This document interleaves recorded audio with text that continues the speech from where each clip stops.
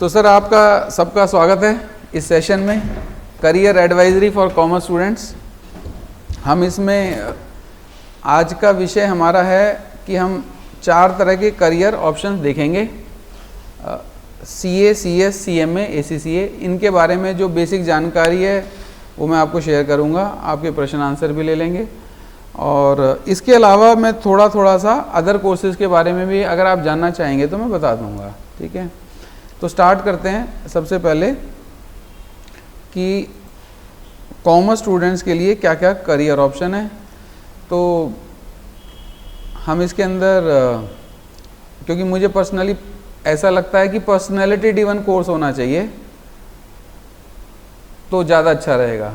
तो अगर हमारी पर्सनैलिटी जैसी है वैसा कोर्स चुनें। बहुत सारे ऑप्शंस होते हैं हर जगह, इवन मेडिकल में भी, इंजीनियरिंग में भी, अब सिविल इंजीनियरिंग भी होती है और कंप्यूटर साइंस भी होती है इंजीनियर के पास। अब सिविल इंजीनियर और कंप्यूटर साइंस कितनी अलग अलग फील्ड है, पर दोनों इंजीनियरिंग की वर्टिकल्स हैं।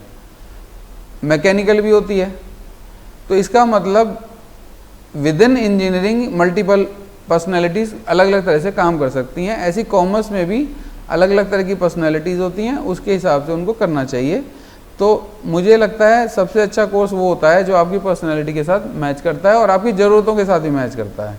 तीसरा, पर्सनैलिटी की जब मैं बात करता हूँ तो उसमें यही आता है, आपकी स्ट्रेंथ क्या है इंडिविजुअल। आपकी जब मैं स्ट्रेंथ की बात कर रहा हूँ तो फैमिली स्ट्रेंथ भी होती है।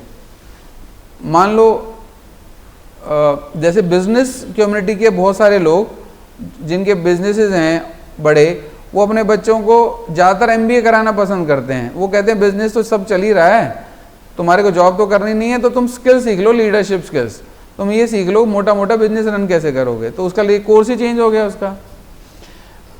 तो अलग अलग व्यक्ति, उसकी फैमिली, उसकी सर्कमस्टांसेस, उसकी अपनी स्ट्रेंथ और उसकी क्या आशाएं और अपेक्षाएं हैं, उसके हिसाब से कोर्स सिलेक्शन करना चाहिए, जिसको हम पर्सनैलिटी बेस्ड करियर बोलते हैं। और 4 कोर्सेज के बारे में थोड़ा सा डिटेल में बात करेंगे, बाकी मोटा मोटा भी कुछ हम लोग देखेंगे कॉमर्स के लिए क्या क्या अवेलेबल है। अब जैसे बहुत सारे बच्चे एकेडमिक बेस्ड कोर्सेज करते हैं, जिसके अंदर हम लोग बोलते हैं BCom करना, MCom करना, ठीक है, जो भी यूनिवर्सिटी ड्रिवन प्रोग्राम्स हैं बहुत सारे। और या तो किसी को रिसर्च में जाना है, या किसी को टीचिंग में जाना है, या किसी को डेटा मैनेजमेंट में जाना है, तो ग्रेजुएशन, पोस्ट ग्रेजुएशन जैसे कोर्सेज किए जाते हैं। इवन स्पेशलाइजेशन भी है, BCom ऑनर्स है, BCom इकोनॉमिक ऑनर्स है, BCom मैथ्स है, ठीक है, इवन साइकोलॉजी में भी लोग जाते हैं। तो ये सारा भी इसके अंदर कवर होता है। एकेडमिक जितनी यूनिवर्सिटीज़ हैं वो ज़्यादातर कोर्सेज एकेडमिक कोर्सेज हम उनको बोलते हैं, ठीक है, अंडर ग्रेजुएशन प्रोग्राम और पोस्ट ग्रेजुएशन प्रोग्राम। तो बहुत सारे लोग, अगर टीचर्स नहीं होंगे तो धरती पे पढ़ाएगा कौन। तो कईयों को पढ़ाना ही बहुत पसंद है। मैं ऐसे कई लोगों को जानता हूँ टीचर्स को जो 16-16 घंटे पढ़ा सकते हैं खुशी से, मतलब उनका जीवन ही पढ़ाना, मतलब दे एंजॉय। तो वो बनने के लिए, टीचर बनने के लिए आपको पढ़ाना ज़्यादा पड़ेगा, तो एकेडमिकली आपको स्ट्रॉन्ग होना पड़ेगा, उसके रूल्स, प्रिंसिपल, सिद्धांत सीखने पड़ेंगे। आइए प्लीज़, वेलकम, मॉर्निंग। तो ग्रेजुएशन, पोस्ट ग्रेजुएशन, ये कोर्सेज एकेडमिक कोर्सेज हैं, बहुत सारे लोग करते हैं। कई कोर्सेज ऐसे भी हैं हमारे कॉमर्स में जो ग्रेजुएशन के बाद ही ओपन अप होते हैं। जैसे अगर किसी को UPSC में जाना है तो वो ग्रेजुएशन के बाद ही जाएगा।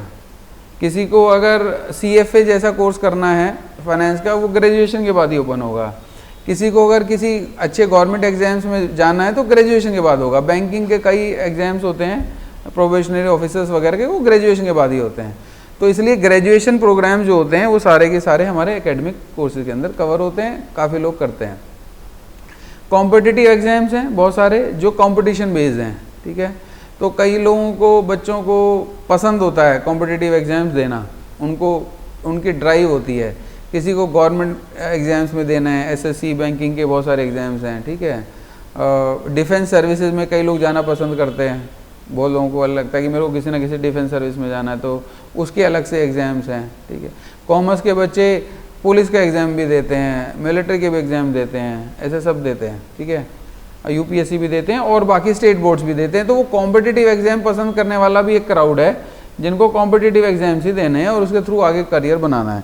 नॉर्मली एकेडमिक कोर्सेज और कॉम्पिटिटिव कोर्सेज इंटरकनेक्टेड हैं। जो कॉम्पिटिटिव एग्जाम देता है वो एकेडमिक कोर्स परस्यू करता है, ऐसे ही जो प्रोफेशनल कोर्सेज करते हैं वो भी एकेडमिक कोर्सेज के साथ ही करते हैं। तो एकेडमिक तो फाउंडेशन है, मतलब पढ़ाई करते रहो, या तो आप कॉम्पिटिटिव एग्जाम में जाओ या प्रोफेशनल कोर्सेज में जाओ, ठीक है। तीसरा कैटेगरी है इसके अंदर प्रोफेशनल कोर्सेज। बहुत सारे प्रोफेशनल कोर्सेज हैं कॉमर्स बच्चों के लिए। सीए कोर्स है, कंपनी सेक्रेटरी कोर्स है, एसीसी एक कोर्स है, ग्लोबल डिग्री है, सीएफए है, जैसे मैंने बोला ग्रेजुएशन के बाद होता है फाइनेंस के डोमेन में, सीपीए है, यूएस बेस्ड कोर्स है, एमबीए हम लोग जानते हैं बीबीएमबीए वाला रूट लेते हैं, ठीक है। उसके लिए यूनिवर्सिटीज़ भी होती हैं और इंस्टीट्यूशंस भी हैं, प्राइवेट ऑटोनोमस बॉडीज़ भी हैं।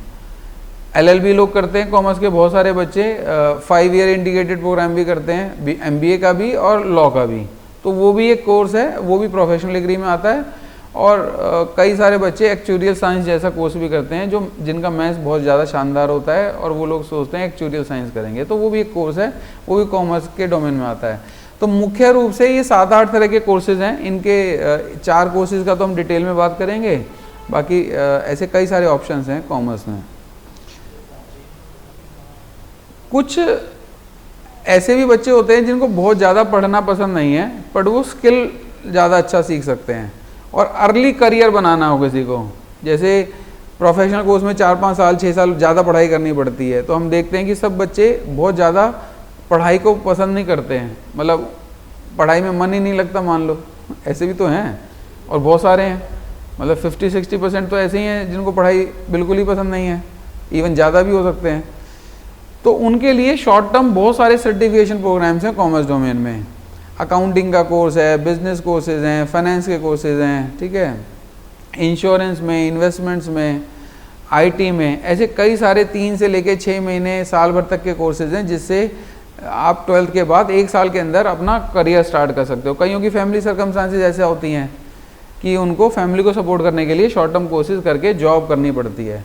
तो शॉर्ट टर्म कोर्सेज से भी अब जैसे जो अकाउंटिंग का काम करते हैं, बहुत सारे लोग रिटर्न्स भरते हैं, तो वो ये शॉर्ट टर्म कोर्सेज भी एकेडमिक के साथ, प्रोफेशनल के साथ और कॉम्पिटिटिव के साथ चल सकते हैं। अर्ली करियर इनसे बन जाता है, ज़्यादा पढ़ाई नहीं करनी पड़ती, इंटरेस्टिंग होते हैं, ठीक है। जैसे कॉमर्स में ऐसे बच्चे होते हैं जो कम पढ़ने वाले ज़्यादा पढ़ने वाले होते हैं, ऐसे नॉन मेडिकल में भी होंगे और ह्यूमैनिटीज़ में भी होंगे, तो वो सब शॉर्ट टर्म प्रोग्राम्स करके अपना करियर बना सकते हैं। एंड लास्ट में मोस्ट फेवरेट, जो कोई भी कर सकता है, जिसको ज़्यादा पढ़ने में मानो वो भी, और जिसको ना भी पढ़ने में मानो वो भी अपना बिजनेस कर सकता है। किसी बिजनेस के लिए कोई डिग्री की ज़रूरत नहीं है, ठीक है। बिजनेस करने के लिए कोई स्किल की भी ज़रूरत नहीं है, बिजनेस करने के लिए माइंडसेट चाहिए बस। मतलब आप बिजनेस करना चाहते हो, आपको बिजनेस पसंद है, तो वो भी एक डोमेन है काम करने का। और अगर आप देखेंगे हिस्टोरिकली तो ज़्यादातर जो बड़े सफल बिजनेसमैन हैं उनका पढ़ाई से कोई संबंध नहीं रहा, तो पढ़ाई का बिजनेस से वैसे कोई डायरेक्ट संबंध नहीं है। वो एकेडमिक पढ़ाई, मतलब किताबों वाली पढ़ाई से संबंध नहीं है, व्यवहारिक पढ़ाई चाहिए, प्रैक्टिकल पढ़ाई। तो अगर हम पास्ट में भी जाके देखें तो वो सारे के सारे स्कूल ड्रॉप आउट्स हैं जिन्होंने बड़े बड़े बिजनेसेस खड़े किए। तो इसलिए बिजनेस एक करना एक अलग ही तरह का ही माइंडसेट है। माइंडसेट में क्यों बोलूँगा, स्किल नहीं है, माइंडसेट है। माइंडसेट मतलब बिजनेसमैन को सबसे लास्ट में पैसा मिलता है सबको देने के बाद, और बचने में प्रॉफिट भी हो सकता है, लॉस भी हो सकता है। तो ये माइंडसेट है। ऐसा माइंडसेट कहाँ होता है लोगों का? भाई जिसको जॉब पसंद है वो तो कहेगा भाई मेरे को 1 महीने के आखिर में पैसे चाहिए, तभी तो मैं पढ़ाई कर रहा हूँ। तो हम लोग, तो वो माइंडसेट है। तो वो कुछ लोग ऐसे माइंडसेट के होते हैं, तभी बाकी सारे लोगों की पढ़ाई काम आती है। अगर ऐसे माइंडसेट वाले लोग ना हो तो बाकी लोग जॉब कहाँ करेंगे अच्छा, ऐसे लोग भी ज्यादा नहीं पैदा करते हैं धरती पे, नेचर थोड़े से पैदा करती है। क्योंकि एक बिजनेसमैन को 100 एम्प्लॉय चाहिए होते हैं, 200 चाहिए होते हैं, 500 चाहिए होते हैं, 1000 चाहिए होते हैं, है ना। तो अगर बहुत सारे एंटरप्रेन्योर पैदा कर दिए तो काम कौन करेगा तो इसका मतलब बैलेंस है धरती पे। पर कुछ लोग ऐसे होते हैं जिनको नेचुरली ऐसा होता है कि मैं मतलब बिजनेस ही करूंगा, तो उसको कहते हैं भाई ऐसा है, बिजनेस करेगा ना तो हल्का फुल्का ही पढ़ाई कर ले, ज़्यादा हैवी पढ़ाई ना कर, अपना बिजनेस ही करना। तो ऐसा होता है। तो ये भी एक प्रोफेशन है। कॉमर्स के बच्चों को जल्दी है समझ में आता है बिजनेस, क्योंकि आपको फाइनेंस समझ में आता है, मनी समझ में आती है। बिजनेस तो अकाउंटिंग के बिना होता ही नहीं है। अगर ये समझ में नहीं आए, टेक्नोलॉजी, आप कुछ चीज़ें हायर कर सकते हो, कई सारी चीज़ें आपको खुद समझ में आनी चाहिए। तो बिजनेस में तो मनी रोटेट होती है, तो मनी समझने के लिए कॉमर्स से अच्छी स्ट्रीम कोई है नहीं, ठीक है। तो ये मुख्य तौर पे 5 सेगमेंट्स हैं जहाँ पे कॉमर्स के बच्चे कहीं ना कहीं फिट जरूर होते हैं, कॉम्बिनेशन में भी, आइसोलेशन में भी। अब हम सबसे पहले CS कोर्स की शुरुआत करते हैं। CA को सबसे लास्ट में लेंगे, ठीक है। कंपनी सेक्रेटरी को पहले पकड़ते हैं। ओके, पहली बात तो मैं मोटे तौर पे बता दूं, कंपनी सेक्रेटरी का कोर्स, CA का कोर्स और CMA का कोर्स, ACCA का कोर्स, और जितने भी ये प्रोफेशनल बॉडीज़ हैं सारी की सारी, ये सब सिंगल बॉडीज़ हैं, सिंगल बॉडी एग्ज़ाम है। एक ही बॉडी है जो एग्ज़ाम कंडक्ट करती है। स्कूल्स होते हैं वो अलग अलग बोर्ड से एफिलेटेड होते हैं, मल्टीपल बोर्ड से। यूनिवर्सिटीज़ भी अलग अलग ब्रांड होते हैं, उसमें नाम होते हैं, बट इन प्रोफेशनल कोर्सेज में सिंगल बॉडी होती है। तो ऐसे ही कंपनी सेक्रेटरी की एक बॉडी है और जो ये एग्ज़ाम कंडक्ट कराती है, और जब वो आप मेंबर बन जाते हो तो आप कंपनी सेक्रेटरी कहलाते हो। इंडियन डिग्री है ये। इस डिग्री की खास बात क्या है कि इसमें ना बहुत सारे लॉ ड्रिवन जितने भी लॉज हैं, multiple laws, company law, corporate law, labour law, contract act, सारे लॉज इसके अंदर, लॉ मैनेजमेंट यहाँ से होता है, ठीक है। और कौन से लॉ? कंपनियों से रिलेटेड लॉज, बिजनेस से जुड़े हुए लॉज। अच्छा, ऐसे लॉज भी हैं जैसे क्रिमिनल लॉज भी होते हैं, ठीक है, जिसके लिए लॉयर बनता है, LLB की जाती है, ठीक है। तो वो इंडियन पिनल कोड है, वो उसके थ्रू चलता है, वो अलग लॉज हैं। पर जो गवर्नमेंट, जो कंपनियों के थ्रू या बिजनेस के जो लॉज होते हैं, वो सारे कंपनी सेक्रेटरी देखता है। तो जिसका थ्योरी सब्जेक्ट्स में बहुत ज़्यादा इंटरेस्ट है, जिसको बहुत ज़्यादा थ्योरी पसंद है, लॉजिकल, मतलब उसकी ड्राफ्टिंग अच्छी है, उसकी कम्युनिकेशन अच्छी है। जैसे लॉयर की क्या होना चाहिए? कम्युनिकेशन बहुत अच्छी होनी चाहिए। अगर लॉ का जिसको इंटरेस्ट है, उसकी राइटिंग स्किल्स बहुत शानदार होनी चाहिए। लॉ वाले का पब्लिक स्पीकिंग बहुत अच्छी होनी चाहिए, क्योंकि लॉयर का काम क्या है? वो अपनी राइटिंग से तो रिप्रेजेंट कर रहा है, तो इसलिए उसको समझ आना चाहिए। लॉ में क्या होता है? कनेक्शन, इंटरकनेक्शन बहुत होते हैं, प्रोविजोज, एक्सेप्शंस, जजमेंट्स। तो ऐसा करके उसको मतलब काइंड ऑफ रिसर्च का व्यक्ति होना चाहिए, और इंटरप्रिटेशन बहुत अच्छी होनी चाहिए। तो ये सब स्किल सेट है जो उसके अंदर होना चाहिए, तो उसे लॉ करना चाहिए, नहीं तो नहीं करना चाहिए, चाहे CS हो चाहे LLB हो।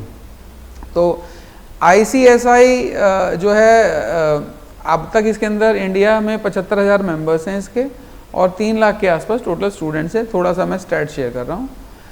तो corporate laws, governance, compliance and ethics. Compliance का मतलब क्या हुआ कि जो नियम बनाए गए हैं सरकार ने अलग अलग तरह के, कितने लोग रखने हैं कंपनी में, कब रिटर्न्स फाइल होनी है ना, कंपनी का फॉर्मेशन कैसे होगा, लीगल एंटिटी कैसे होगी, तो वो सब, ये सब कंपनी सेक्रेटरी देखता है, ठीक है।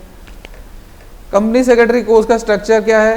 3 लेवल का एग्जाम है। अच्छा, CA, CS, CMA और ACCA, चारों के 3 ही लेवल हैं, लेवल 1, लेवल 2, लेवल 3, मोरलेस। सब्जेक्ट्स भी मोरलेस एक जैसे हैं, बस इसमें लॉ के सब्जेक्ट ज़्यादा हैं, थोड़ा सा प्रैक्टिकल है, लॉ ज़्यादा है। तो एंट्रेंस है, एग्जीक्यूटिव है, प्रोफेशनल है। जो इसका एंट्रेंस एग्जाम्स है वो 3 बार होते हैं साल में, और जो एग्जीक्यूटिव और प्रोफेशनल है वो 2 बार होता है, ठीक है। मोटा मोटा शेयर कर रहा हूँ, कहीं पे रुकना हो तो मेरे को रोक देना आप लोग, ठीक है।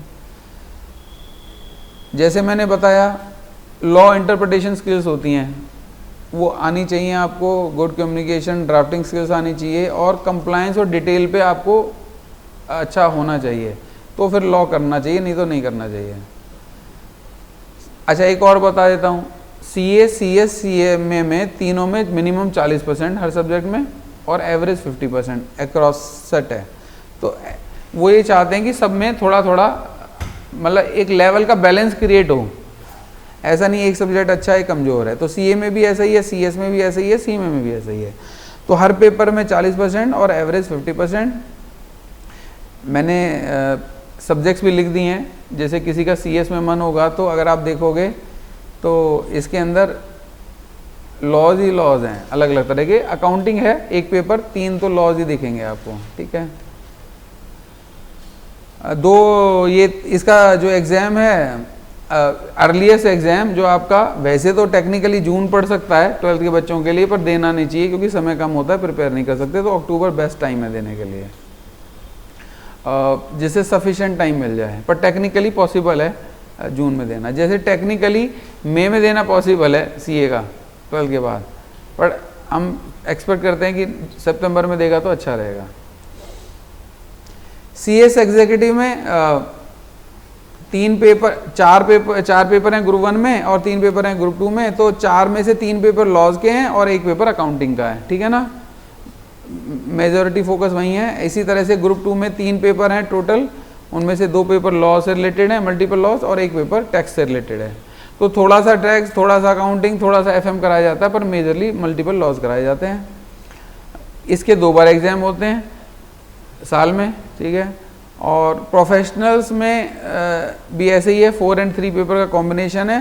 मैक्सिमम पेपर जो हैं इसके अंदर सब थ्योरी पेपर्स हैं फाइनल के अंदर, और इसका भी साल में 2 बार एग्जाम होता है। तो 3 लेवल का एग्जाम है, 50% का एग्रीगेट लेना है, और मोटा मोटा मान के चलो 3 से 4 साल के बीच में कंपनी सेक्रेटरी का कोर्स किया जा सकता है। कंपनी सेक्रेटरीज काफ़ी क्लोजली चार्टर्ड अकाउंटेंट के साथ भी काम करते हैं, और कंपनी सेक्रेटरीज इंडिपेंडेंटली भी काम करते हैं, जॉब भी करते हैं, प्रैक्टिस भी करते हैं, पर जॉब में ज़्यादा पाए जाते हैं। सीएस जो कोर्सेज, मतलब कौन कौन सा करियर बनता है कंपनी सेक्रेटरी का, वो कॉर्पोरेट में जॉब कर सकता है, लीगल एडवाइज़र बन सकता है, सेक्रेटरियल ऑडिटर बन सकता है, इंडिपेंडेंट कंसल्टेंट तो सारे ही बन सकते हैं, ठीक है। इंडिपेंडेंट कंसल्टेंट का मतलब जो चीज़ आपको आता है उसके आप कंसल्टेंट तो ही बाय डिफ़ॉल्ट, ठीक है। तो गवर्नेंस से रिस्क ऑफिसर, ऐसे कई सारे प्रोफेशन है जहाँ पे वो कंपनी सेक्रेटरी काम कर सकता है। तो ये सीएस के बारे में था। कोई क्वेश्चन है किसी को सीएस के बारे में? यहाँ तक आगे बढ़ें, एक बार सीएमए के बारे में देख लेते हैं, ठीक है। ये भी एक बॉडी है, ऑटोनोमस बॉडी है, और हाँ सीएस, हाँ बोलो ना। हाँ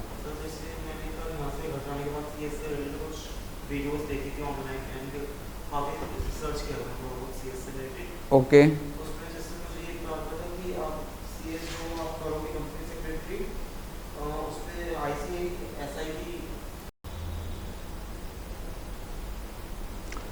अब हम आईसीएमआई की बात करते हैं। तो ऐसे ये ऑटोनोमस बॉडी है, ये भी मिनिस्ट्री ऑफ कॉर्पोरेट अफेयर्स के अंडर में रजिस्टर्ड हुई है, और ये ज़्यादातर कॉस्टिंग का काम देखती है, कॉस्ट अकाउंटिंग, कॉस्ट ऑडिट, इस तरह की चीज़ें थी। तो जैसे मान लो जितने भी प्रोडक्ट्स बनते हैं, मैन्युफैक्चरिंग यूनिट्स होती हैं, वहाँ जो कॉस्ट निकाली जाती है प्रोडक्ट की, वो कॉस्ट के डोमेन में आती है। इसके 1 लाख मेंबर्स हैं, 7 लाख स्टूडेंट्स हैं अब तक, जब से ये फॉर्म हुई है। कॉस्टिंग का, मैनेजमेंट कंसल्टिंग का, डेटा एनालिटिक्स का, इस तरह का इसका प्रोफाइल है। सीएम में कंपैरेटिवली बच्चे कम करते हैं।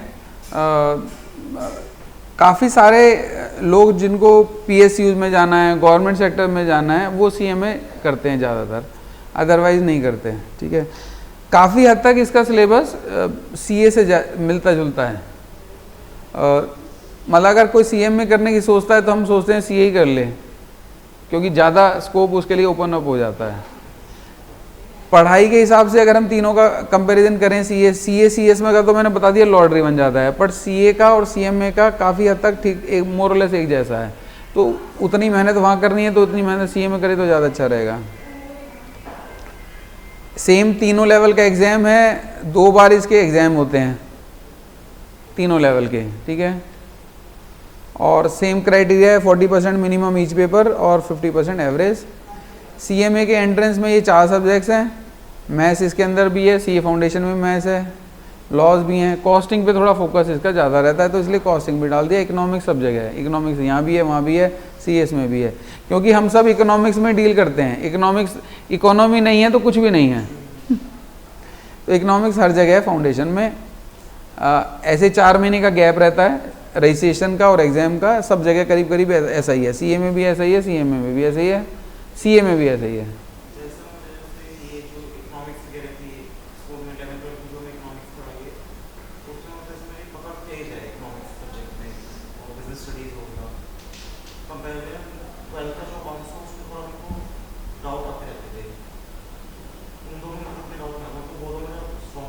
वेरी गुड, अच्छी बात है, ज़्यादा स्कोर करोगे। एमसीक्यू बेस है सीए में, इकोनॉमिक्स।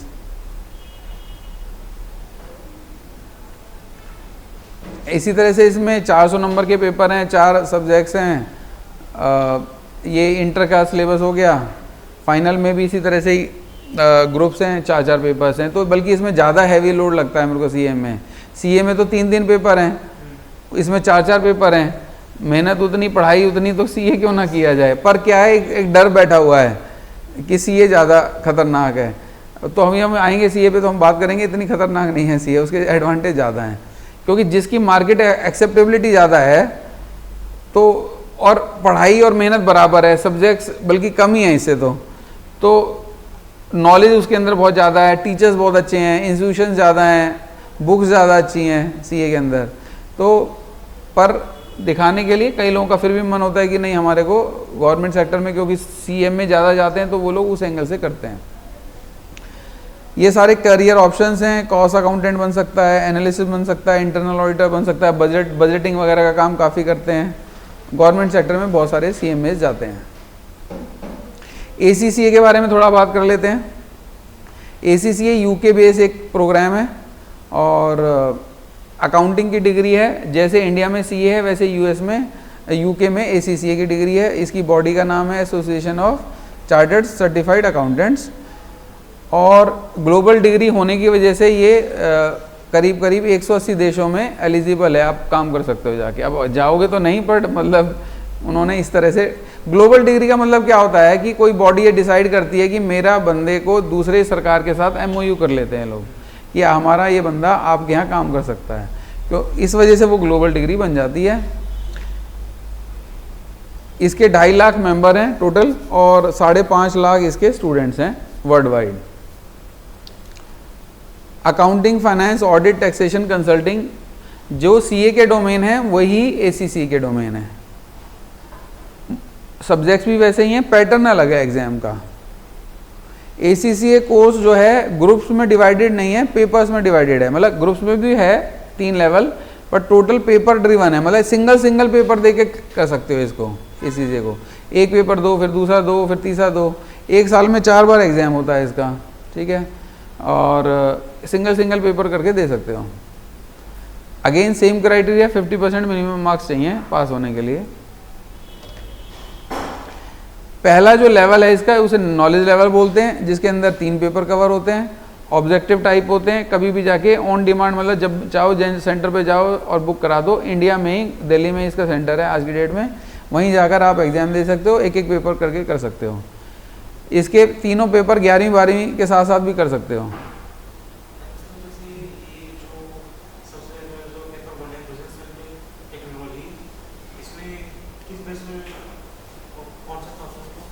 उनका करिकुलम है, इनकी बुक्स आती हैं, उसमें कंटेंट है, उसके हिसाब से उन्होंने बेसिक टेक्नोलॉजी और बेसिक बिजनेस से रिलेटेड नॉलेज हैं इसके अंदर जो दी हुई हैं, उस कंटेंट को फॉलो करना पड़ेगा। Accounting, financial management, audit, taxation, वो सब कॉमन सब्जेक्ट्स हैं। जो सेकंड लेवल है उसमें 6 पेपर हैं, सब जगह 100 नंबर के होते हैं, 50% पासिंग चाहिए। ये पेपर्स में सब्जेक्टिव ऑब्जेक्टिव का कॉम्बिनेशन होता है, मिक्स रहता है। अगेन ये सेंटर पे जाने होते हैं, ऑनलाइन ही आपको कंप्यूटर पे लिखना होता है, पेन पेपर पे लिखना नहीं होता, तो कंप्यूटर पे ऑनलाइन सबमिशन होता है इसका। और लास्ट जो लेवल है इसके फिर 4 पेपर हैं, तो 3, 6, 4, 13 पेपर टोटल हैं। पेपर बाय पेपर करते हैं। लोग क्यों करते हैं इसको? वो इसलिए करते हैं क्योंकि उन लोगों को आसान लगता है कईयों को, और किसी को ना फॉरेन में जाना पसंद है, घूमना पसंद है, तो वो बाहर जाके कर सकता है काम। तीसरा, उन्हें सीए में थोड़ा डर लगता है कि पता नहीं सीए हो पाएगी नहीं हो पाएगी, तो सोचते हैं एसीसीए कर लेते हैं।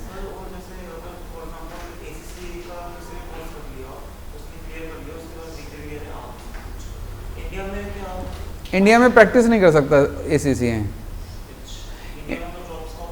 नहीं, इंडिया में जॉब का ऑप्शन है, प्रैक्टिस का ऑप्शन नहीं है।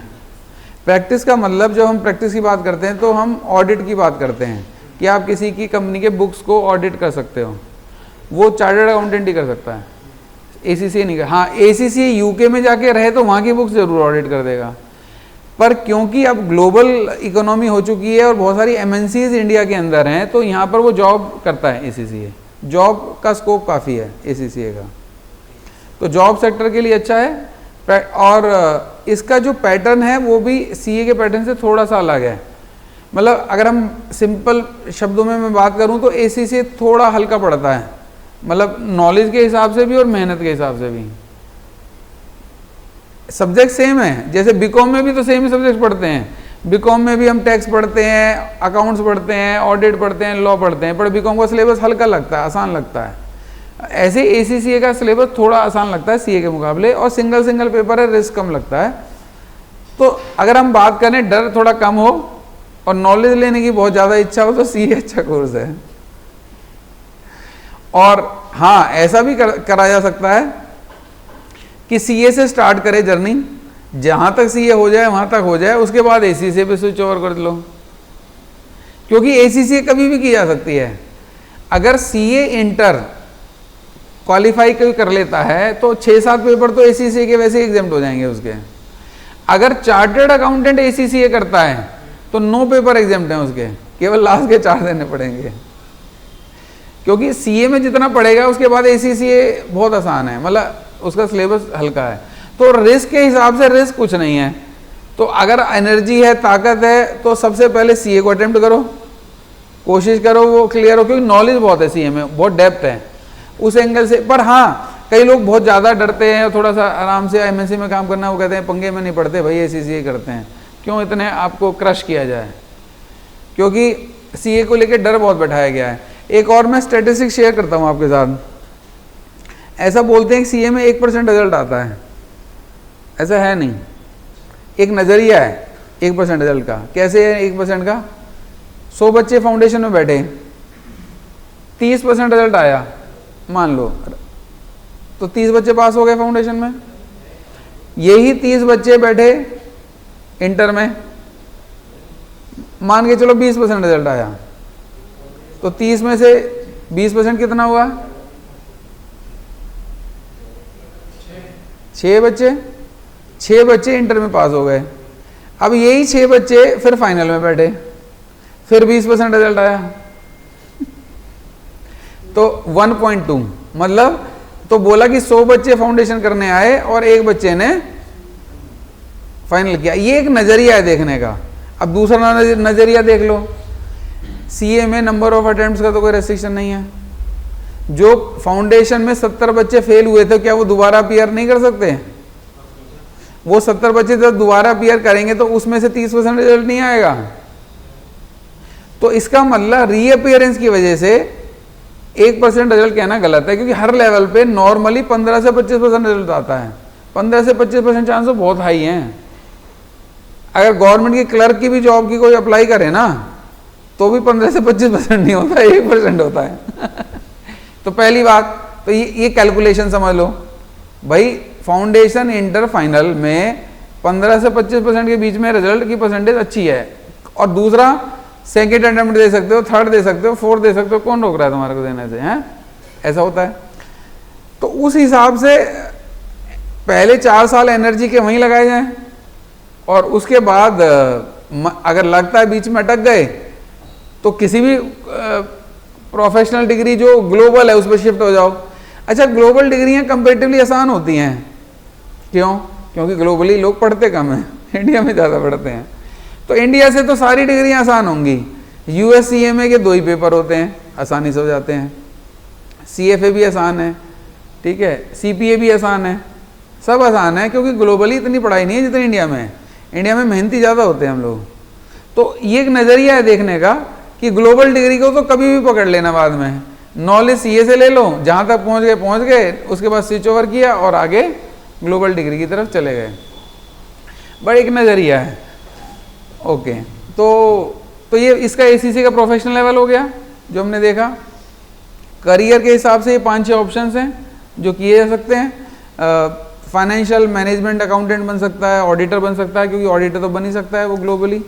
टैक्स का काम, सब कुछ जो सीए वाला काम है वो एसीसी कर सकता है, ग्लोबली कर सकता है। सीए वाला भी ग्लोबली कर सकता है। बाय द वे, सीए वाला इंडिया के बाहर ऑडिट नहीं कर सकता, बस इंडिया में, तो इंडिया के बाहर वो काम कर सकता है जो एसीसी करता है। एसीसी इंडिया में ऑडिट नहीं कर सकता, सीए बाहर ऑडिट नहीं कर सकता। हाँ, जॉब वाले में तो जो काम करना पड़ेगा वो तो करना ही पड़ेगा। जॉब तो कोई भी कहीं कर सकता है। वैसे पर्सनली अगर आप देखेंगे, इंडिया की सीए पूरे वर्ल्ड में भारी है नॉलेज के हिसाब से भी और डिग्री की वेटेज के हिसाब से भी, क्योंकि सबको पता है ना कितना कंटेंट कौन पढ़ के आ रहा है। उसके जब टॉपिक पढ़ाए जाते हैं ना कंटेंट, और उनको पता है अपने हमारे क्या पढ़ाए जा रहे हैं, तो जब कंपेयर करते तो सीए में ज़्यादा कंटेंट पढ़ाया जाता है और डेप्थ है, बहुत अच्छा ब्यूटीफुली स्ट्रक्चर्ड सिलेबस है। तो पर ऑप्शन है दोनों।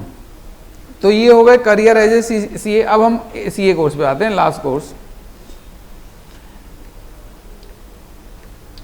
ओके, सबसे पहली बात, इसकी भी एक इंडिपेंडेंट बॉडी है जैसे बाकी तीनों बॉडीज हैं। सीए इसकी बॉडी सबसे पुरानी बॉडी है, 1949 में सेटअप हुई थी, बाकी सब लोग बाद में सेटअप हुए। इसकी बॉडी 1 जुलाई 1949 को हुई थी, मतलब कॉन्स्टिट्यूशन भी हमारा अप्लाई नहीं हुआ था तब तक। इसका मतलब इसकी वेटेज बहुत ज़्यादा है। ये बॉडी और मेडिकल डॉक्टर्स बॉडी एक ही टाइम पे एक ही दिन फॉर्म हुई थी। तो सीए डे और डॉक्टर्स डे एक ही दिन मनाया जाता है, 1 जुलाई को।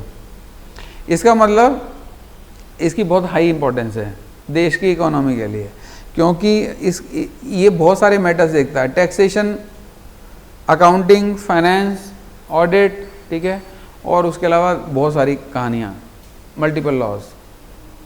अगर किसी के पास चॉइस हो और सारे प्रोफेशनल्स हों तो वो उसकी फर्स्ट चॉइस सीए की होगी, वो सीए को चुनेगा। मतलब मैं थंब रूल बोल रहा हूँ, क्योंकि उसे पता ही सबसे ज़्यादा मेहनत करके आया हुआ है कंपेरेटिवली।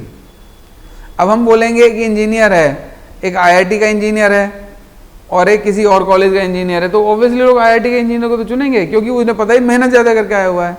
अब कोई बोलेगा आईआईएम का एमबीए है या एमडी यूनिवर्सिटी का एमबीए है, तो लोग ऑब्वियसली आईआईएम के एमबीए को चुनेंगे। इस तरह से सारी अकाउंटिंग बॉडीज़ में अगर कोई पहला कोई व्यक्ति चुना जाएगा तो उसको सीए को चुना जाएगा, क्योंकि ऐसा लगता है वो ज़्यादा मेहनत करके आया है, वो पता पड़ जाता है। तो सेकंड लार्जेस्ट बॉडी है आईसीआई वर्ल्ड की। किस ऐसे लार्जेस्ट का मतलब नंबर ऑफ मेंबर्स। तो नंबर ऑफ मेंबर्स में हमारे जो सीए हैं टोटल इंडिया में आज तक 4 लाख चार्टर्ड अकाउंटेंट्स हुए हैं। जैसे हमने सीएस का देखा था वो करीब 75,000 थे, सीडब्ल्यूए देखा था वो 1 लाख थे। ग्लोबल डिग्री है एसीसीए तो भी 2.5 लाख मेंबर्स हैं, एसीसीए के 4 लाख मेंबर्स हैं, और हमारे करीब 10 लाख स्टूडेंट्स हैं। स्टूडेंट्स में भी सब नंबर ऑफ स्टूडेंट्स ज़्यादा हैं, और टोटल दोनों को मिला के बात करें तो इंडिया लार्जेस्ट स्टूडेंट्स और मेंबर्स को मिला दें तो वर्ल्ड की लार्जेस्ट अकाउंटिंग बॉडी है, ठीक है। ओके, अगेन 3 तरह से एग्जाम डिवाइडेड है, फाउंडेशन, इंटर, फाइनल। जैसे बाकी सारे हैं वो भी 3 लेवल पे, हमारा भी 3 लेवल पे है। इसमें ना बहुत सिंपल है सिस्टम। सीए में ना सीए का स्ट्रक्चर बहुत ब्यूटीफुली डिजाइंड है। तीनों लेवल पे 3 बार एग्जाम है, जैसे किसी का 2 बार इंटर है, फाइनल है, ये है, ऐसा कुछ नहीं है, बिल्कुल सीधा। फाउंडेशन भी 3 बार, इंटर भी 3 बार और फाइनल भी 3 बार। पहले 2 बार हुआ करता था, तो 3 बार है अब। स्टूडेंट्स के लिए अच्छी खबर है, क्योंकि अगर कोई फेल हो जाए तो 2-3 महीने में एग्जाम दे सकता है वो। Same passing percentage 40% minimum in each paper और 50% एग्रीगेट। मोटा मोटा 4 साल लगते हैं करने में। सब कुछ मिला दे अगर सारा कोचिंग और आईसीआई की फीस मिला के 3-1 लाख रुपए पूरे कोर्स में खर्च होता है, और 2.5 लाख के आसपास वसूल हो जाता है आर्टिकलशिप से, क्योंकि आर्टिकलशिप भी है इसके अंदर 2 साल की। तो अगर कोई गुड़गांव में है और ठीक ठाक शहर में है तो आजकल आराम से 10,000 रुपये के आसपास उसे स्टाइपेंड मिल ही जाता है। तो 2.5-1 लाख रुपए तो वो कमा लेता है, 3 लाख खर्च करता है, मतलब 50,000 रुपये में कोर्स हो जाता है। और थोड़ी सी और बेहतर फर्म मिल गई तो 3 लाख ही कमा लेगा पूरा का पूरा, तो 0 कॉस्ट में हो जाएगा। तो ऐसा करके इसका है सिस्टम। 15 से 25% की ऑन एन एवरेज रिजल्ट आता है तीनों लेवल का, ठीक है। तो वो जो 1% कह के डराते हैं ना, वो उस कैलकुलेशन से डराते हैं। 15 से 25% तो बहुत अच्छा डिसेंट है, और जहाँ पे दोबारा भी अपेयर होने का चांस हो। ओके, अगर हम फाउंडेशन की बात करें, स्ट्रक्चर की बात करें, तो 2 पेपर सब्जेक्टिव हैं, 2 पेपर ऑब्जेक्टिव हैं, 400 नंबर का पेपर है, 0.25 की नेगेटिव मार्किंग है, पर वो उस सब में नेगेटिव मार्किंग है जहाँ एमसीक्यू बेस है 2 पेपर्स में। तो अगर आप देखोगे अकाउंटिंग सब्जेक्टिव है, बिजनेस लॉ सब्जेक्टिव है, क्वांटिटेटिव एप्टीट्यूड और बिजनेस इकोनॉमिक्स, इन दोनों में एमसीक्यूज हैं, ठीक है। और सेम क्राइटेरिया 40% 50% का इसके अंदर आता है। अकाउंटिंग का सिलेबस देख लो, तुमने 11वीं 12वीं तो पढ़ाई है, तो जाने पहचाने टॉपिक्स ही हैं, कुछ अलग मिलेंगे हैं, हाँ, पर अब इनको एक नए नज़रिए से पढ़ोगे, तरीका अलग, क्योंकि आपको बता देता हूँ, जो 11वीं में अकाउंट पढ़ा था ना, वही सीए फाइनल में पढ़ने वाले हो, और वही अकाउंट जीवन में करने वाले हो, अलग नहीं है सब कुछ वही है, बस उसकी डेप्थ बढ़ती चली जाती है। हाँ,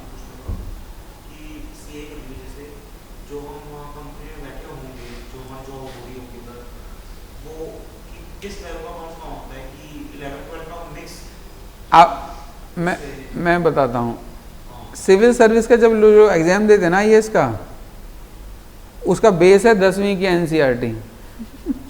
फाउंडेशन ना हर जगह काम आती है, बिल्डिंग 20 माले भी पहुंच जाए ना, फाउंडेशन मजबूत होनी चाहिए।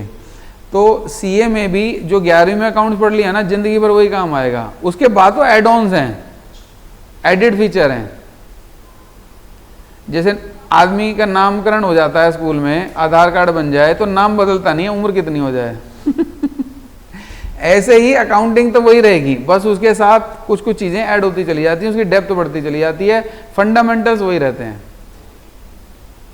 और वो हर चीज में है, फंडामेंटल्स चेंज नहीं होते।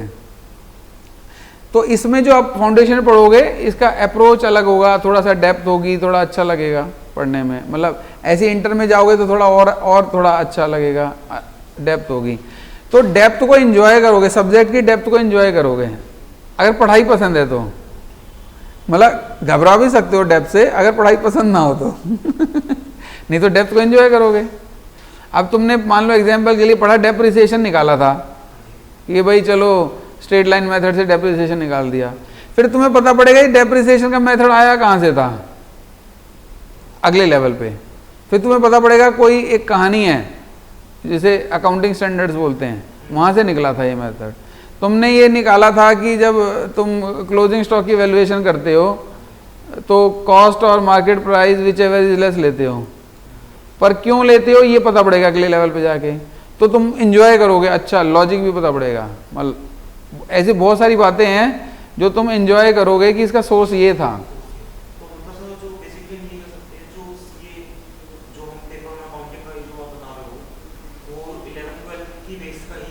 फाउंडेशन तो वही, हाँ। अब मान लो आपने पढ़ी सोल प्रोप्राइटरशिप, सोल प्रोप्राइटरशिप की अकाउंटिंग करी, फिर आपने पार्टनरशिप की अकाउंटिंग करी, फिर कभी कंपनी की भी अकाउंटिंग भी तो करने का मौका मिलेगा, फिर कंपनी का मर्जर एक्विजिशन भी करने का मौका मिलेगा, एक कंपनी दूसरे में मर्ज हो रही है, तो हो गया ना, एरिया बढ़ता चला गया,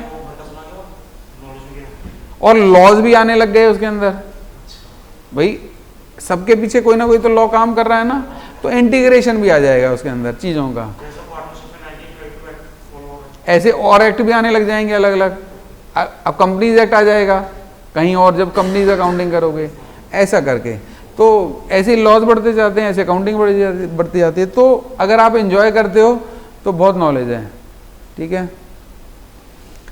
आगे बढ़ते हैं, पेपर 2 अगर हम बात करें तो इतने सारे लॉज आपको पढ़ने पड़ेंगे फाउंडेशन में, मतलब डराने के लिए नहीं है ये एंजॉय भी कर सकते हो, मतलब एक देखने का नज़रिया है, आपको पता पड़ेगा कि भाई कैसे कैसे कौन कौन से अब जब लॉज होते हैं और हमारे जीवन पे कैसे अफेक्ट करते हैं।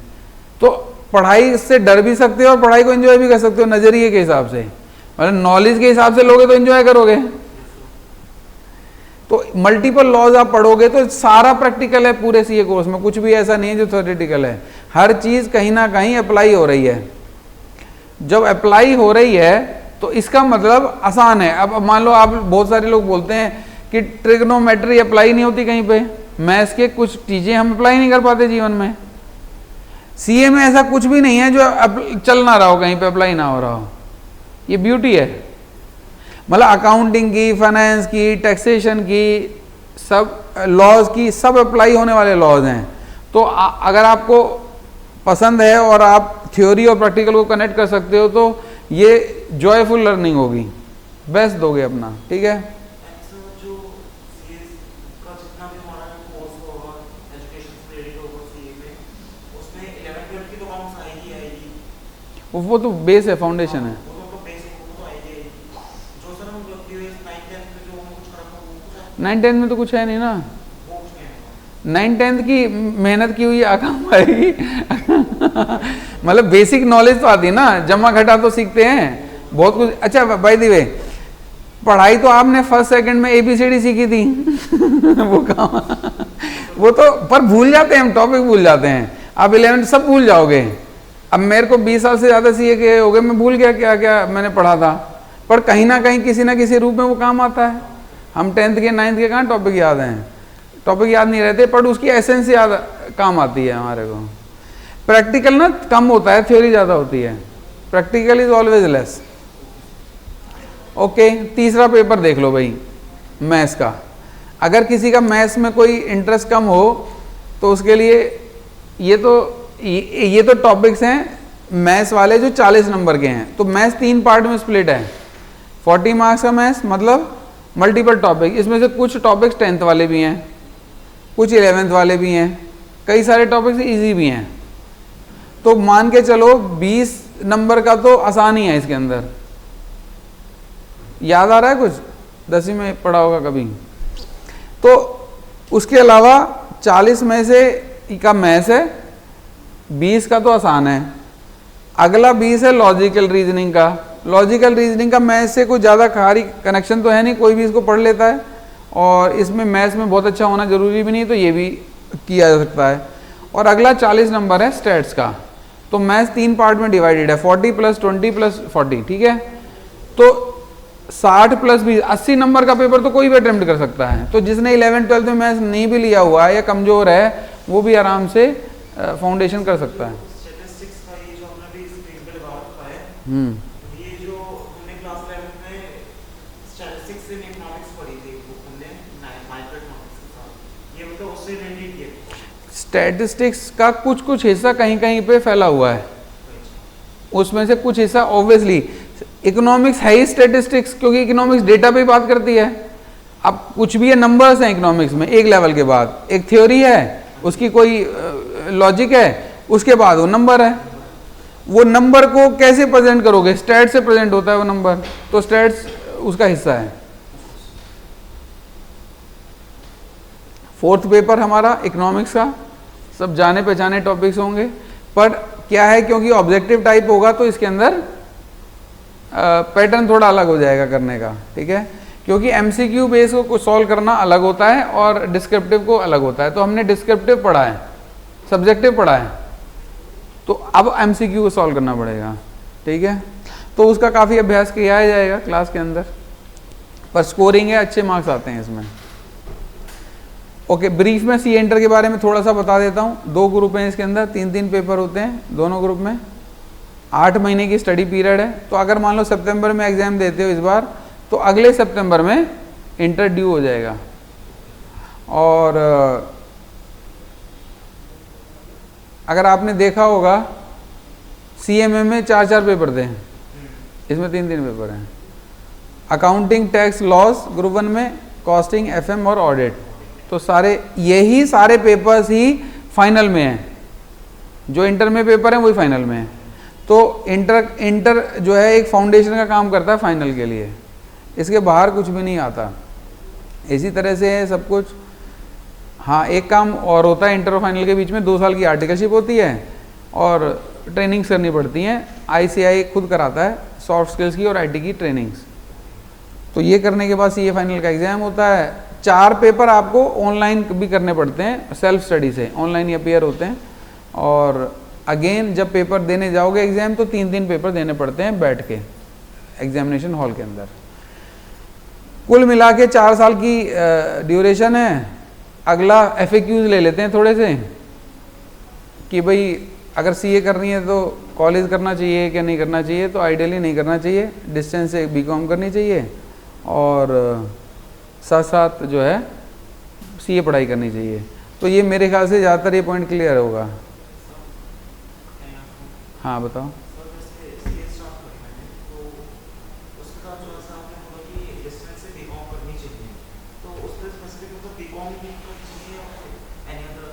क्यों करोगे कोई और? कॉमर्स के स्टूडेंट तो बीकॉम ही करने करोगे भाई, बीए क्यों करोगे और बीएससी क्यों करोगे?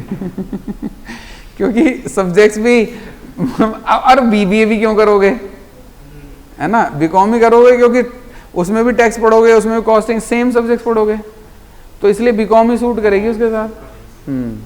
मिसमैच नहीं होगा ना। हाँ ये अलग बात है, ऑनर्स करो या पास करो वो आपकी अलग मर्जी है। मतलब हम लोग तो बोलते हैं पास ही करो। जब आप पढ़ाई कर रहे हो प्रोफेशनल डिग्री, तो ऑनर्स ही करके क्या करोगे? जिसको प्रोफेशनल डिग्री नहीं करनी है वो ऑनर्स ले, बीकॉम ऑनर्स, अदरवाइज पास करो। पर फिर भी कईयों का मन होता है नहीं मैं तो ऑनर्स ही करूँगा, तो ऑनर्स कर लो, उसमें कोई दिक्कत नहीं है, क्योंकि दोनों में जितना है पढ़ाई है उससे ज़्यादा ही सीए में पढ़ने वाले हो। ओके, मैथ्स का बहुत ज़्यादा रोल नहीं है, मैंने आपको बताया 100 नंबर का आता है फाउंडेशन में, उसके बाद कभी भी नहीं आता, और उसमें से भी 80 नंबर का ऐसा है जो किया जा सकता है। ठीक है, बिल्कुल प्रैक्टिकल स्टडी है सीए की, जो पढ़ोगे वो जीवन में होता हुआ देखोगे। तो अकेले में अंधेरे कमरे में नहीं रहना है, बाहर निकल के दुनिया में देखना भी है कि जो पढ़ रहे हो वो अप्लाई हो रहा है कि नहीं हो रहा है। इसलिए सीए इंस्टीट्यूट ने 2 साल की ट्रेनिंग भी बीच में डाल दी है फाइनल से पहले, ताकि आप जब सीए बनो तो आपको जो आपने पढ़ाया है वो आपने ट्राई भी करके देख लिया कि वर्क कर रहा है कि नहीं कर रहा।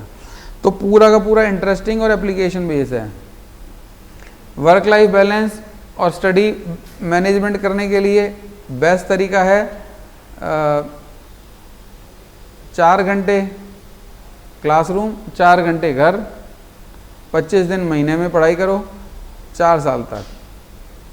ठीक है, इतना ही करना है। मतलब आप मूवी देखने जाओ, आप इंस्टाग्राम चलाओ, आप पार्टीज अटेंड करो, सब कर सकते हो, बट बैलेंस में करना है। ऐसे नहीं कि 4 दिन गायब ही हो गए हो पढ़ाई, तो पढ़ाई को गायब नहीं करना है अपने जीवन से।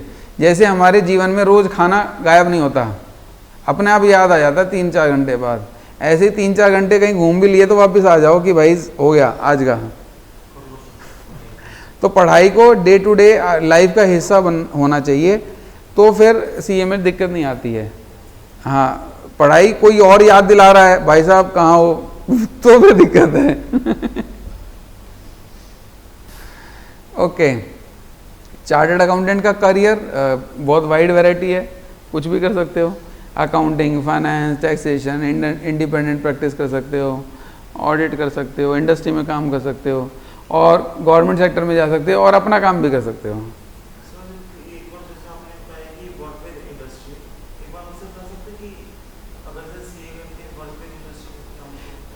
इंडस्ट्री मतलब जॉब करना किसी भी कंपनी में। अब जैसे मैन्युफैक्चरिंग कंपनियां हैं बहुत सारी, सर्विस सेक्टर की कंपनियां हैं, आईटी कंपनियां हैं, जहाँ पे भी अकाउंटिंग होता है वहाँ पे सीए का काम है। तो हर कंपनी में अकाउंटिंग होती है, फाइनेंस होता है, टैक्सेशन होता है, तो कहीं भी जॉब कर सकते हो, छोटी इसमें भी कर सकते हो, बड़ी में भी कर सकते हो। हाँ, एक बात बता देता हूँ, एसीसीए छोटी कंपनी में काम नहीं कर सकता सीए कर सकता है छोटी कंपनी में काम, एसीसीए तो बड़ी कंपनी में करेगा काम, क्योंकि वो बनाई बड़ी कंपनी में काम करने के लिए है। जैसे कुछ सामान घर में आता है वो रिश्तेदारों के लिए आता है बस कुछ प्लेट्स कप्स होते हैं ना, रिश्तेदार आते हैं तभी खुलते हैं, रूटीन में नहीं खुलते। तो क्योंकि एसीसीए की ग्लोबल डिग्री है, जो छोटी कंपनी से लेके बड़ी कंपनी तक का सारा काम सीए ही कर सकता है, एसीसीए नहीं कर सकता, क्योंकि एसीसीए ने इतना डेप्थ में नहीं पढ़ा होता कि वो छोटी कंपनी भी संभाल सके, उसी ने कर रखा होता है, क्योंकि छोटी छोटी फर्म होती हैं। एसीसीए केवल जो है बड़ी एमएनसी में, क्योंकि उसका कारण क्या है, एमएनसी में क्या होता है, ग्लोबल अकाउंटिंग हो गई ना। एक कंपनी है जो एमएनसी है, अब उसका दुबई में भी बिजनेस है, इंडिया में बिजनेस है, तो वो ट्रांजैक्शन क्या हो गई, इंटरनेशनल ट्रांजैक्शन हो गई, तो इसके लिए एसीसीए फिट हो जाएगा। पर अगर हरियाणा की और यूपी की ट्रांजैक्शन हो रही है तो वो कहेंगे भाई ग्लोबल आदमी का कोई काम नहीं है इसमें, यहाँ तो लोकल वाले से करवा लो ये काम ठीक है। तो आईएफआरएस पड़ता है उसके अंदर, है ना, उसका रोल है। ग्लोबल अकाउंटिंग में आईएफआरएस का रोल है, इंडियन अकाउंटिंग में इंडियन अकाउंटिंग स्टैंडर्ड्स का रोल है। ओके, कंपैरिजन कर लेते हैं छोटा सा। सीए का काम रोल डिफाइंड हो गया। जो सीए का रोल है CS का बिल्कुल अलग है उससे, ठीक है, क्योंकि वो लॉस ड्रिवन है। CMA का थोड़ा सा अलग है CA से, क्योंकि उसमें कॉस्टिंग आ जाती है और बजटिंग आ जाती है और डेटा एनालिटिक्स का इस तरह के काम ज़्यादा करता है। तो CMA आधा समझ लो, आधा काम करता है CA वाला।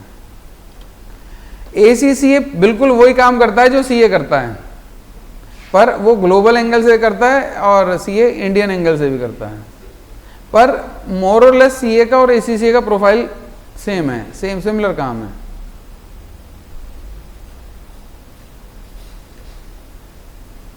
अब सीक्रेट्स कर लें थोड़े से। पढ़ाई जैसे मैंने बोला 4 घंटे कोचिंग, 4 घंटे घर पे पढ़ना है, शॉर्ट नोट्स बनाने, रिवीजन करनी है। सीक्रेट है किसी भी एग्जाम को क्लियर करने के लिए, लाइफ बहुत आसान हो जाएगी। अगर आप शॉर्ट नोट नहीं बनाते और रिवीजन नहीं करते तो कुछ नहीं हो सकता। कोई दुनिया का टीचर आपको पास नहीं करा पाएगा, आप खुद भी नहीं करा पाओगे। तो जो हम डेली पढ़ते हैं उसके शॉर्ट नोट्स बनाएं, उसी को रिवाइज करते रहें, तो हमारे को एग्जाम टाइम में स्ट्रेस नहीं होगा। फ्रेंड्स बनाएं, स्टडी फ्रेंड्स। एंटरटेनमेंट फ्रेंड तो हैं, होते ही हैं हमारे, पर स्टडी फ्रेंड बनाना है। मतलब जो आपके साथ पढ़ रहा है, बच्चा तेज हो तो भी अच्छा है, बच्चा कमज़ोर हो तो भी अच्छा है। तेज होगा तो वो तुम्हें पढ़ाएगा, कमज़ोर होगा तो तुम उसे पढ़ा देना। फ़ायदा दोनों का है, क्योंकि एक पढ़ाता है तो वो टीचर बन जाता है, उसका रिवाइज हो जाता है। जो पढ़ता है उसे दोबारा समझ में आता है। तो आज आप एक टॉपिक उसे सिखाते हो, कल दूसरा टॉपिक वो आपको सिखाता है। तो स्टडी में बड़ी का बहुत बड़ा रोल है।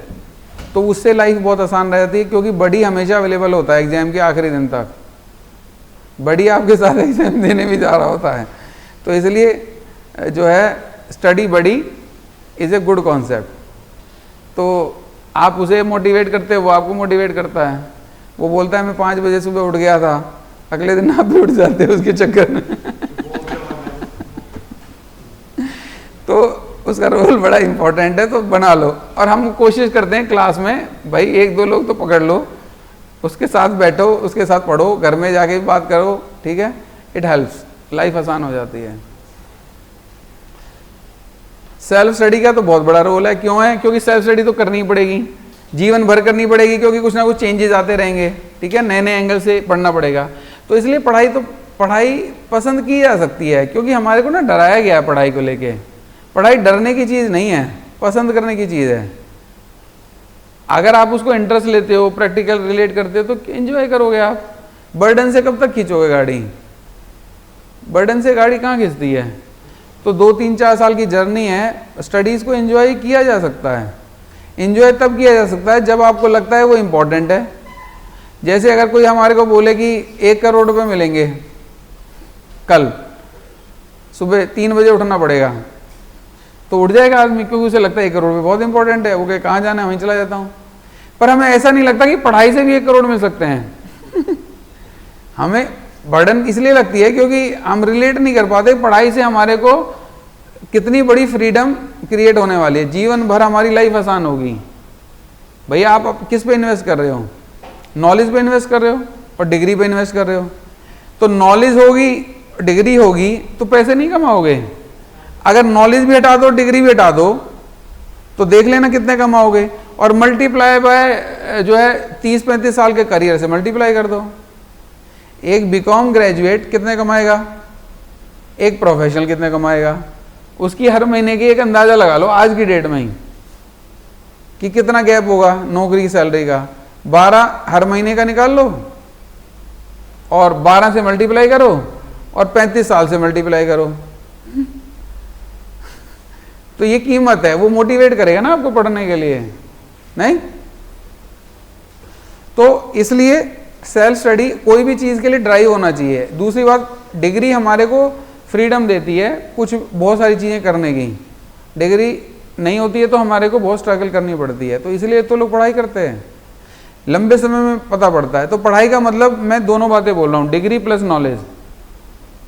डिग्री है, नॉलेज नहीं है तो भी दिक्कत है, नॉलेज है, डिग्री नहीं है तो भी दिक्कत है, दोनों का कॉम्बिनेशन, ठीक है।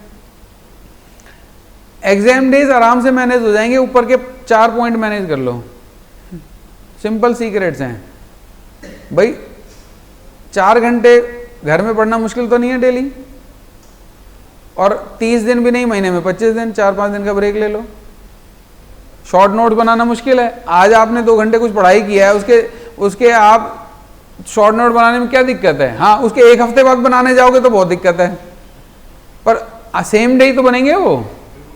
अच्छा, सेम डे बन जाएंगे, वही एग्जाम तक काम आएंगे। तो टीचर्स पढ़ाएंगे, बताएंगे कि शॉर्ट नोट्स कैसे बनाए जाते हैं, पहले भी बताया गया होगा, हमारे वाले टीचर्स ही बताएंगे, ठीक है, फॉलो कर लेना उनको, ठीक है, लाइफ आसान हो जाएगी, एग्जाम तक दिक्कत नहीं होगी। सिलेबस इतना रह जाएगा शॉर्ट नोट से। ओके, अब हम थोड़ा अपने बारे में बता देते हैं, फिर कोई क्वेश्चन होगा तो ले लेंगे। देखो, हम लोग 2007 से इस प्रोफेशन में, एनवायरनमेंट पॉजिटिव मिलेगा, स्टडी ओरिएंटेड मिलेगा, मोटिवेटिंग मिलेगा, सारे अच्छे फैकल्टीज़ मिलेंगे जो भी कोर्सेज करोगे, और टेस्ट सीरीज, डाउट सेशंस ये ज़रूरी हैं। पढ़ाई करने से कुछ नहीं होता, टेस्ट जब तक नहीं दोगे तब तक आपको कॉन्फिडेंस नहीं आएगा और अलाइनमेंट नहीं आएगी। तो टेस्ट का मतलब पुराने एग्जाम्स के क्वेश्चन ही सॉल्व कर लो, तो इसका मतलब आप रेडी हो रहे हो। बिना टेस्ट के कितना ही पढ़ लोगे कोई मतलब नहीं है, ठीक है। और अगर किसी वजह से क्लास में नहीं आ पाते तो रिकॉर्डेड बैकअप क्लासेस भी हम लोग देते हैं, आसान होता है, क्योंकि कई बार ऐसा ही समय चल रहा है, कभी क्लासेस कुछ हो जाए, ये हो जाए, तो एक्स्ट्रा प्रैक्टिस के लिए भी रिकॉर्डेड क्लासेस बहुत काम आती हैं। Value added services, career advisory करते रहते हैं, मोटिवेशन देते रहते हैं, बहुत सारी बातें बताते रहते हैं, जिससे कि आपका लगातार पढ़ाई में इंटरेस्ट बना रहे। पढ़ाई में इंटरेस्ट कैसे बना रहे, उसके भी बहुत सारे टिप्स देते रहते हैं क्लासेस में। और घुमाने फिराने में ले जाते हैं, ठीक है, शॉर्ट पिकनिक भी ले जाते हैं, लॉन्ग पिकनिक ले जाते हैं, शॉर्ट ले जाते हैं, स्मॉल आउटिंग्स भी करा देते हैं, कुछ कराते रहते हैं, ताकि बच्चों को, क्योंकि जब आप मुश्किल कोर्स में हो, अच्छे कोर्स में हो, तो वर्क मतलब स्टडी वर्क बैलेंस बनाने के लिए तो वो सब भी हम लोग सपोर्ट करते हैं, एनकरेज करते हैं, ले जाते हैं। कुछ चीज़ें और भी देते हैं हम लोग, करियर एडवाइजरी करते रहते हैं, जैसे इस तरह के सेशन हम प्लान करते रहते हैं, वो सब के लिए ओपन है, कोई दिक्कत नहीं है। मल्टीपल स्किल्स सिखाते हैं, जैसे मैंने आपको बोला, हमारा एक 7 लाइफ स्किल्स प्रोग्राम है, एक 7 बिजनेस स्किल्स प्रोग्राम है, ऐसे ही 7 टेक्निकल स्किल्स प्रोग्राम है, तो वो हम लोग कराते हैं अलग से, जिसको भी करना हो, मतलब जो लोग प्रोफेशनल कोर्सेज नहीं भी कर रहे हैं वो भी ये कर सकते हैं, हेल्प करता है। और अलग अलग स्टेज पे जीवन की आपको प्लेटफॉर्म्स की ज़रूरत होती है, तो हमारा एक प्लेटफॉर्म है जॉब्स लगवाने का, वो हम असेस करते हैं। किसी को प्रोफेशनल, जब आप कोई डिग्री ले लेते हो तो उसको उन लोगों से भी कनेक्ट कराने का एक प्लेटफॉर्म है जहाँ प्रोफेशनल्स हैं, अलग अलग डिग्री होल्डर्स हैं। और बिज़नेस करना हो तो बिज़नेस का प्लेटफॉर्म भी है हमारे पास, जिसमें सब लोग बिज़नेस कर रहे होते हैं। तो ऐसे प्लेटफॉर्म्स भी, ये आपको अभी काम नहीं आएंगे पर कई साल के बाद ज़रूरत पड़ेगी, ठीक है। CA फाउंडेशन की जो classes, face to face, live classes, recorded classes, तीनों मोड में दे रहे हैं हम लोग। कोई सा भी मोड, ऑप्शन 1, 2, 3 चूज़ करा जा सकता है, कॉम्बिनेशन भी लिया जा सकता है, क्योंकि आपस में मतलब फेस टू फेस है तो मेजॉरिटी फेस टू फेस है, supported by live and recorded. ऐसे ही जो बच्चे कॉलेज जाते हैं, इधर उधर हैं, बीकॉम फर्स्ट ईयर, अलग अलग समय पे ज्वाइन करते हैं, तो वो लोग आ नहीं पाते, उनके लिए लाइव क्लासेस मेजर मॉडल है, सपोर्ट में उनको डाउट सेशंस लेने हो तो फेस टू फेस में अलाउड हैं। ऐसे ही मल्टीपल मॉडल्स हैं। और अभी जो बैच स्टार्ट हो रहा है 2 अप्रैल को हो रहा है, 9 से लेके 1 बजे तक है, 4 घंटे की क्लास लगेगी, मंडे टू सैटरडे। 2 घंटे एक सब्जेक्ट है, 2 घंटे दूसरा सब्जेक्ट है, तो ऐसे चलेगा 4 महीने तक। अप्रैल, मई, जून, जुलाई, अगस्त रहेगा प्रैक्टिस करने के लिए, डाउट्स के लिए, और सितंबर में पेपर होंगे, ठीक है। ये हमारे अभी फैकल्टीज़ हैं जो CA फाउंडेशन में पढ़ाएंगे, और रिच एक्सपीरियंस से काफ़ी सालों से पढ़ा रहे हैं, अच्छे फैकल्टीज़ हैं। एनवायरनमेंट पॉजिटिव मैंने बता ही दिया था। ये हमारे कॉन्टैक्ट डिटेल्स हैं, साइट पे जाया जा सकता है, संपर्क किया जा सकता है हमारी टीम से। आपका यहाँ आने के लिए बहुत बहुत धन्यवाद। ठीक है, और कोई क्वेश्चन हो तो मैं आपका ले लूँगा, ठीक है। कोई क्वेश्चन है अभी किसी?